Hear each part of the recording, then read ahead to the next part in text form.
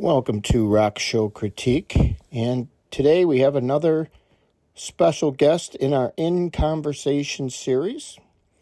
This time we are speaking with none other than Mr. Roger Earl from Foghat. Enjoy. Johnny Cash. Johnny Cash. Oh, wait.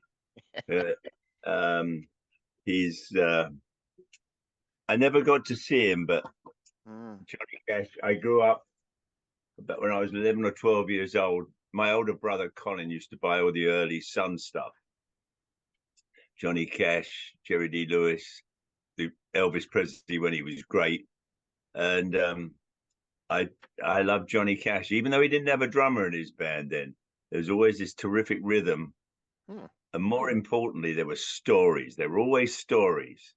And I thought that was really cool. I never got to see Johnny Cash, unfortunately, but I got his records, and they'll do, because he'll always be here for you. Definitely. All right. Well, speaking of albums here, got a new one out again. You guys just keep rolling along here. I was trying to think of another band who released a brand new studio album of, like fresh material 50 years after their first. And the Who, the Stones, I don't know if there's anybody else. That's amazing. Have they got a new album out? I know the Stones have. It's good too. Yeah, definitely. Well, the Who's came out in 2019, so it qualifies over the over 50 year part. Yeah. It does.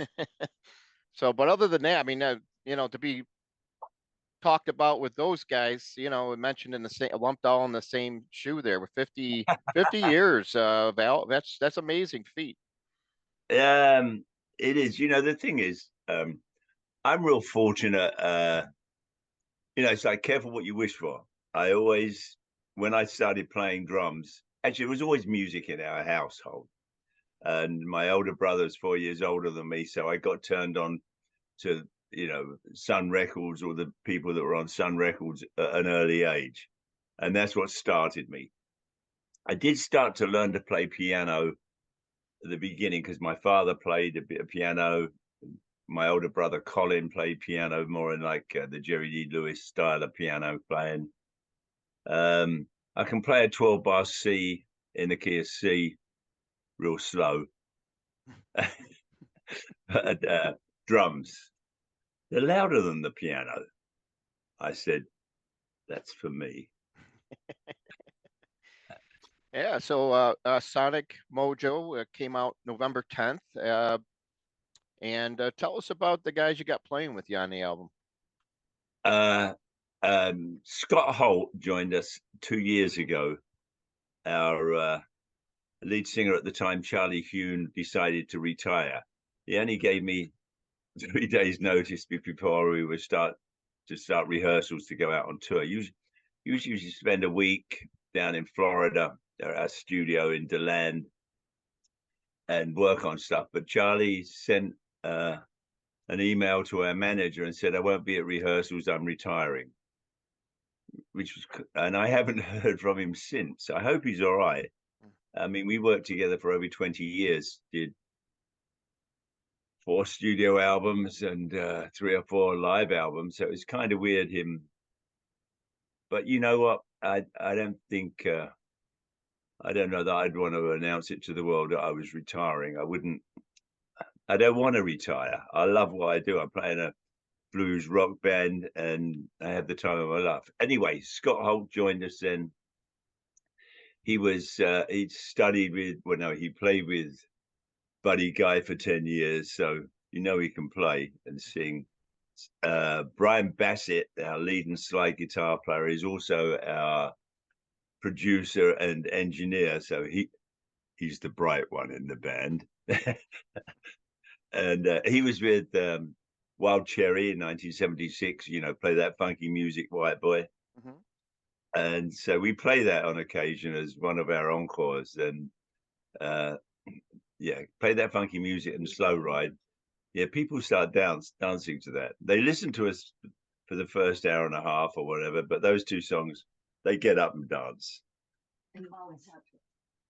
and Rodney O'Quinn is our bass player, and he's fantastic. We stole him from somebody. Pat Travers.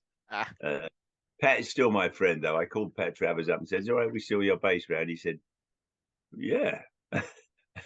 So, that's the lineup. And Sonic Mojo is our latest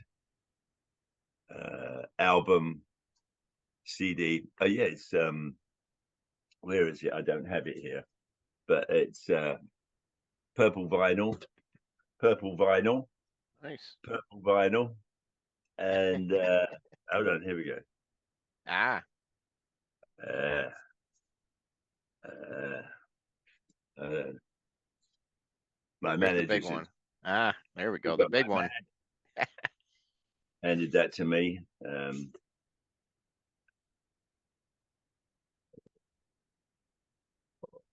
Wow, that's that And is yeah, nice. so actually, I'm particularly proud of this record. I mean, I liked just about every record we ever made. I did. I mean, we always did the best, but this record, I'm really proud of it. It's got we actually recorded it over a couple of years, but we started about 5 years ago with some songs. We were doing another session with somebody else. We were helping another singer sort of put some tracks down. Mhm. But during the downtime, Scott and I and Brian started making recording songs. 2 or 3 of them are on there. Hold on a second. Mhm. Wow, nice. I woke up this morning. My wife says, "Yeah, you're number 1 on the Billboard Blues charts." I said, "Don't be cruel. Don't start teasing me this early in the morning." Oh, that's a nice accolade there because to get on any But, Billboard chart these days, it's not easy. no, I guess. Well, actually, we've been playing a bunch of the new songs. We did 2 record release parties over the last month, or this month, I should say. We did one in New York City at the Iridium, and played 8, 9 songs off the new album. Then 4 days later, we played in LA at the Coach House in San Juan Capistrano. That was sold out too, and we played 8 or 9 new songs in the set. Now that's pretty tricky, like with your Foghat fans. Say, "Play slow, ride. Can you just wait a minute? You know, we're gonna play it. Don't worry about that." You play Fall for the City. Actually, we opened up with Fall for the City, but to play a bunch of new songs, it's kind of brave, I think. And the audiences in both places were great. They paid attention. They didn't get up and dance in the new songs, though I did see a few people wriggling around in their chairs. But uh, yeah, I'm really proud of this record, and whether it stays up there for a week or nothing, I don't really care. Oh, Numero, yeah, yeah, it's really cool. yeah, definitely. Now you actually had there's a couple songs here written by Kim Simmonds. Yes, I think that was part of the magic on this record. I know it is actually. About when our previous record, which was called Under the Influence, was a double album, and I invited Kim down to play on 4 of the songs. Actually, Scott Holt also played on 4 or 5 songs and sang on some as well. And Kim came down. We started the sessions at our studio in DeLand in Florida, and we finished them in Nashville with a producer, Tom Hambridge. Fantastic producer, great guy, very, very talented, great drummer too. He's from here. Hmm? He's from here originally, Buffalo. That's right, Buffalo. You're right. Um, uh, great songwriter, great musician. Actually, I remember about 3 o'clock in one morning, we were both drinking some bourbon, and we started playing on the coffee table. Totally ruined it. Have you listened to Tom Hambridge's recent album, new album? Haven't had It's a chance. I've seen him live a few times because he played with George yeah, Thorogood, and he's really good, real good player there and voice. Yeah. yeah. His new album is really terrific. George Thorogood and I are real friend, are good friends, along with I think he really likes my manager and my wife and my girlfriend. I think that's why he keeps it. Anyway, we send postcards to each other. George likes to send postcards. I'm also the maraca player for George Thorogood and the Destroyers whenever I turn up. So I have a second job if Foghat doesn't work out. Actually, I saw George Thorogood. We were down in Florida, and we went to see him. He was playing on the East Coast, and I didn't know at the time, but when I got there, Sammy Hagar was playing. Now I hadn't seen Sammy since 35 years. We did a whole bunch of dates together when he was in Montrose. And so as soon as I found out he was there, I was very excited about it. Anyway, Sammy's wife came out and got myself and Linda, our manager, and my wife and my girlfriend. And it was great to see him. And I said, right, can meet your drummer, Jason Bonham? I Mm. knew his dad. And wow, they got up and played on stage and they were monsters. They played, I mean, it was really one of those, whoa. Sammy put an incredible band together. Um, the bass player from uh, Well, the Van Van Halen. Yeah. Halen, right? Yeah, he was fantastic. And a guy called Vic who was playing guitar, and he was just incredible. And Sammy was singing and playing great. So it was an enjoyable evening, and I always love seeing George Thorogood. I mean, they just rock. I mean, it's and he's got a great sense of humor, great guitar player too. All right, so what were we talking about? Oh, Sonic Mojo. I'm sorry, I keep getting off the subject, don't I? We're fine. We're fine. Okay, good. So, what was the whole recording process? Did you just guys just go in the studio and write and record, or were the songs kind of written off out of the Uh, studio, or? well, it actually got finished in the last couple of years. But prior to that, we'd put a few tracks down if we were doing something. Like I said, we have our own studio, so there's no red light.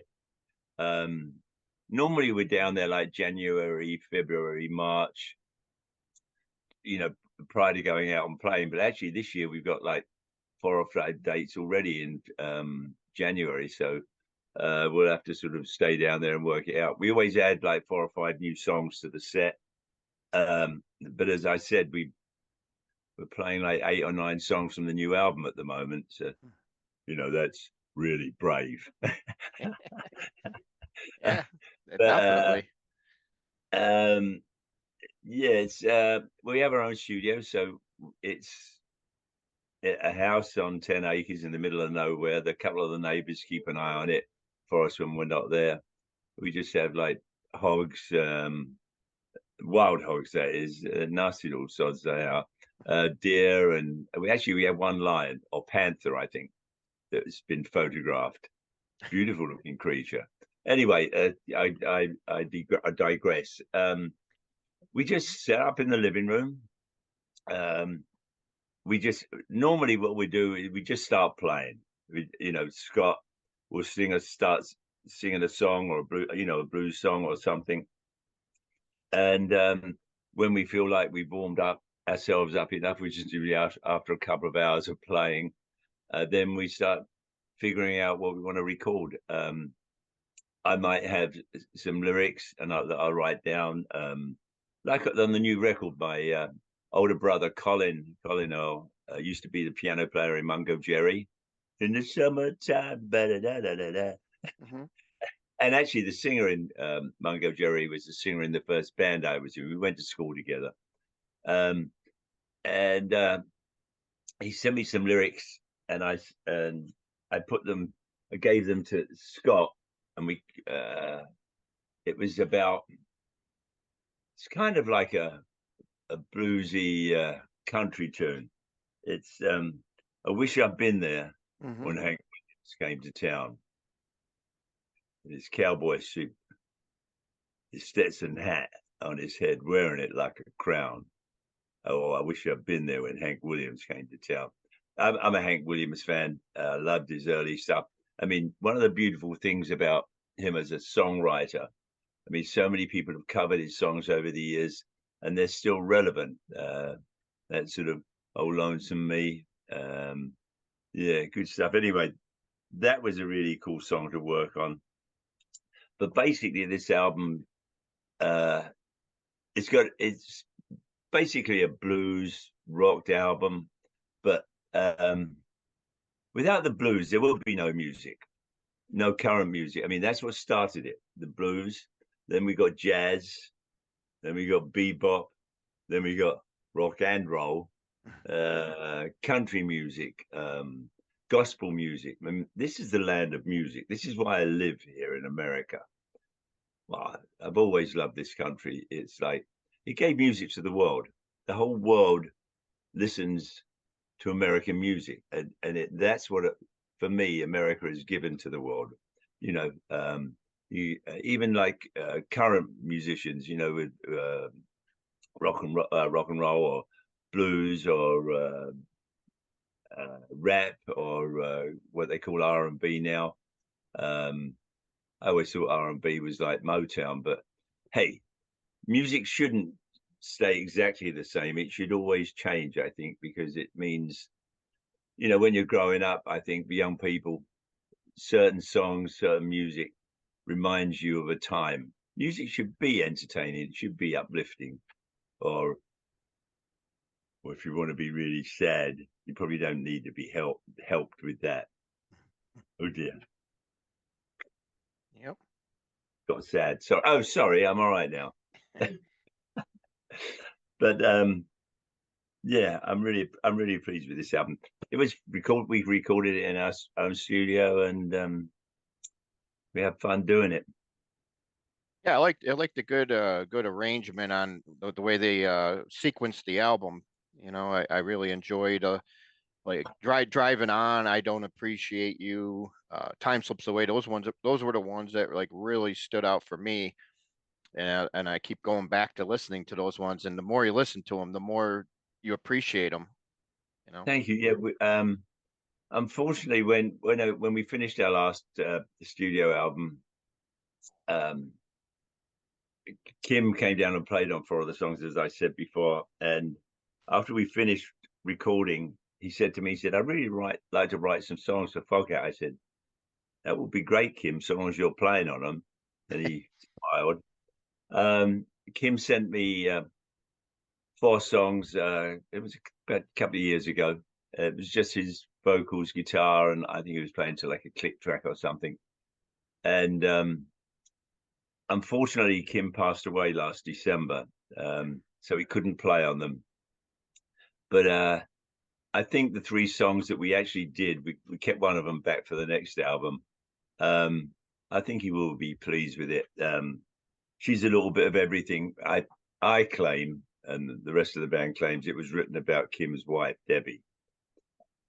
It seems to embarrass her a little bit, but I think there's a modicum of truth there because I know the lady as well. She's beautiful, and I really like that song because it sounds like a Foghat song. It sounds like the sort of thing we'd have to play, which we have actually. We played it right at the beginning. As soon as we finished it, we put it in the set and started playing it. Driving on, yeah, that's one of my favorites as well because when we were myself and Scott were like just working on it, trying to figure out how to play it, and we channeled Slim Harpo, which of course other people would recognize as some of the things that ZZ Top have done. You know, when you're playing the sticks on the rim, da da da da da, you know, like that, and it's yeah, it's a classic blues song. Kim was a fantastic writer, and every year he will put a new an album out, and they've 10, 12 or more songs on there that he'd written. Um, what's the other one he did? Time Slips Away, which is Hmm. a real a real sad song. I think he wrote it about once he realized that he was not going to be here any longer. We haven't played that one yet on stage. I was Scott and I and Brian talked about it, and we figured it was we weren't ready to play that. But yeah, Kim Simmonds lives on through Foghat. About 10 years ago, um, our manager got Savoy Brown on the same agency as us, Paradise Artists, out in California in Ojai. And so whenever we played together, I would get up and sit in with his band, and Kim would get up and sit in with Foghat. It was good. Kim and I stayed friends. But actually, when we first left Savoy Brown, uh, 71, I didn't see Kim for about 5 or 6 years.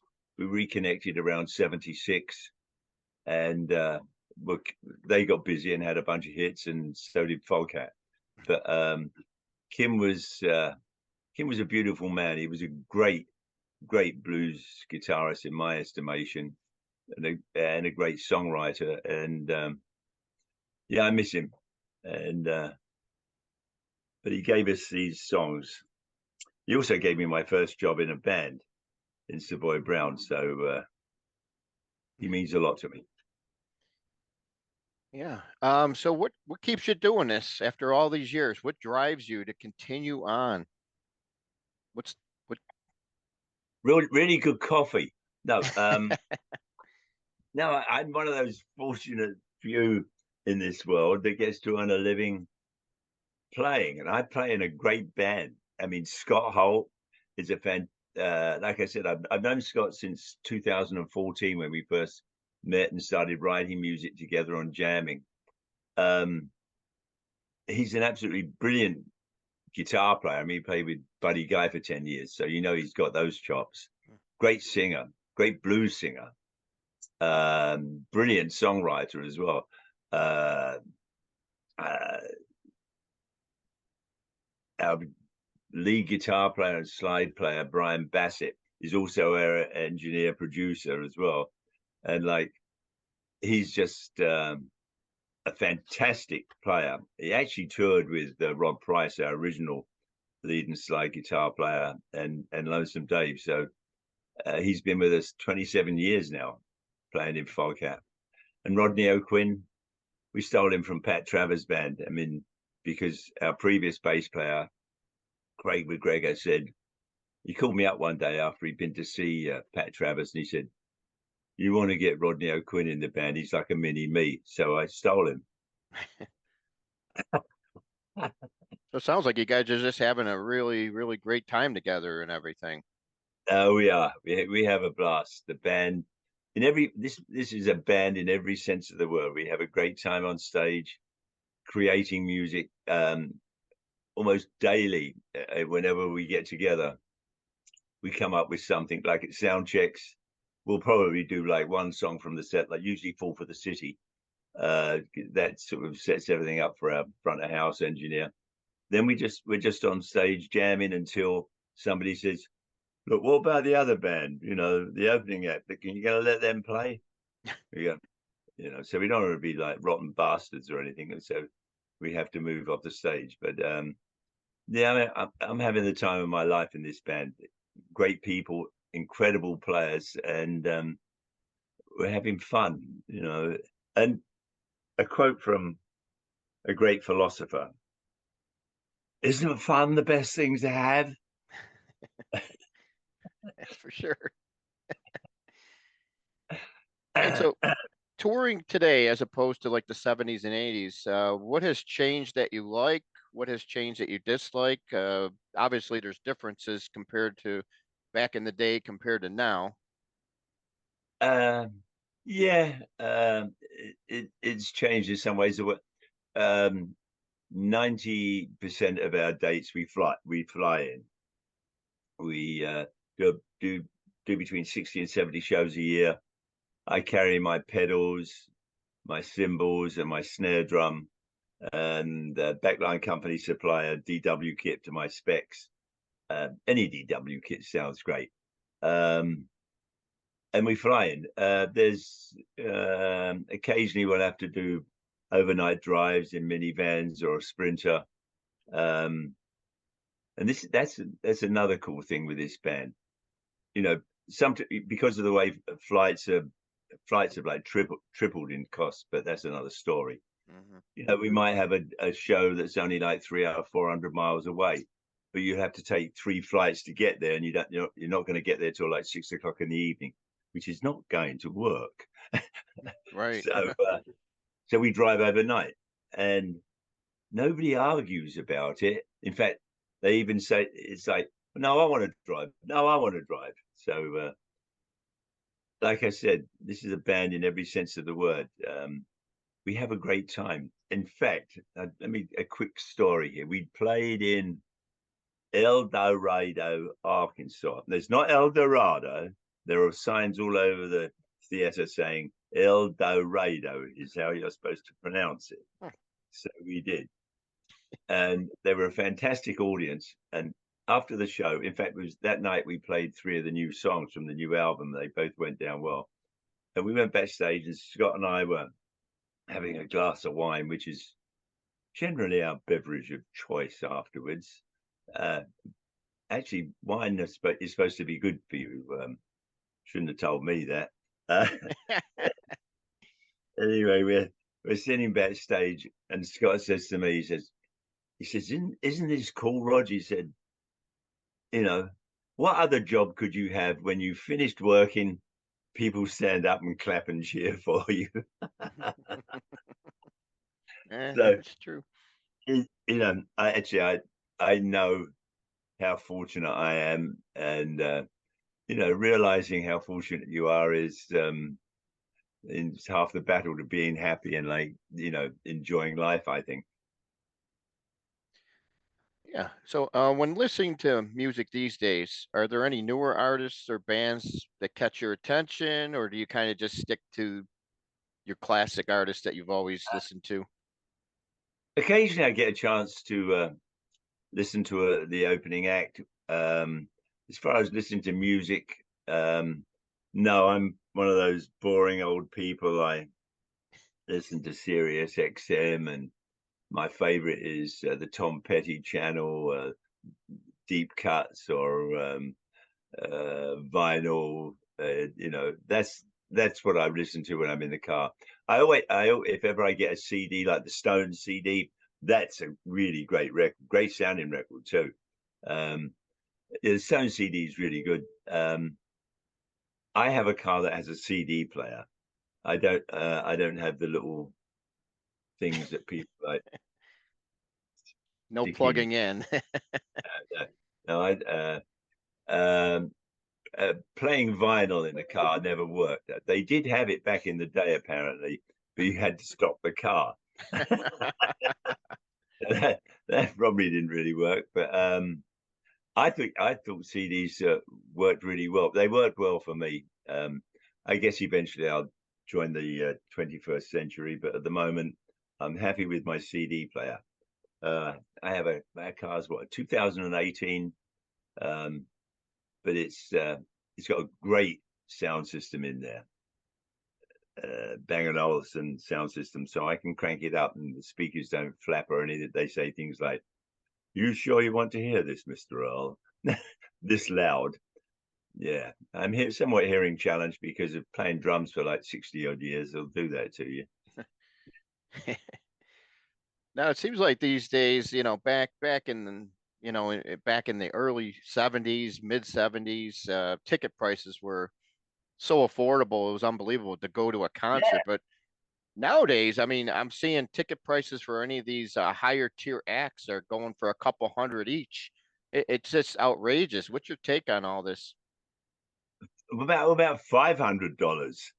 Depending Um, on who, yeah.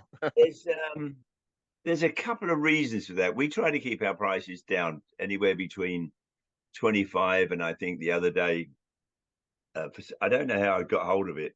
probably my manager gave it to me. There was a list of shows that we have coming up and the cost of tickets. They vary from, Right. theaters like vary a little bit, but no, we try to keep ours down to usually between 25 and like $75 around there.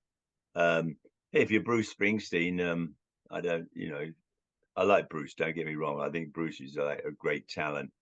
Um, it is pretty weird, but also there's a lot of price gouging. We had a problem with one show this year.